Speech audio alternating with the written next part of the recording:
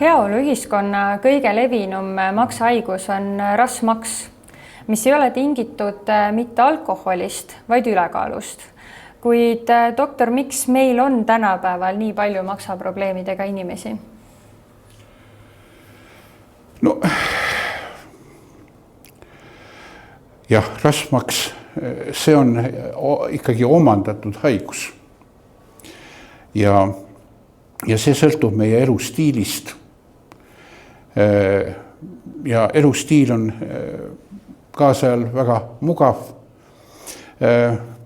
On selline väljend being a couch potato, mis otseses tõlkes tähendaks nagu kartulit diivanil põhimõtteliselt.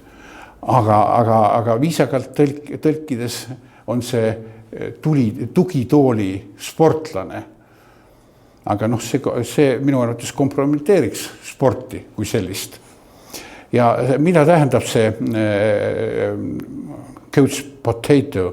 Ehk see on see elustiil, mida ameeriklased nimetavad sedentary stiil, mis tähendab istumist, lamamist ja sellega see inimese füüsiline aktiivsus piirdubki.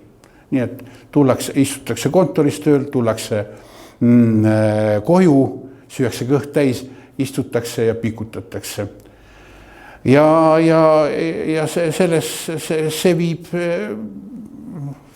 sellisele olukorrale, kus süüakse üle, energiat on palju, üleliigne energia, mida saab siis üleliigsete süsivesikute kaudu, talletatakse siis maksas ja maks rasvastub, maksarakud talletavad rasva ja tekibki niinimetatud rasvmaks ehk steatoos.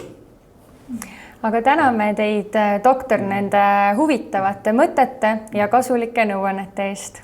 Tänan.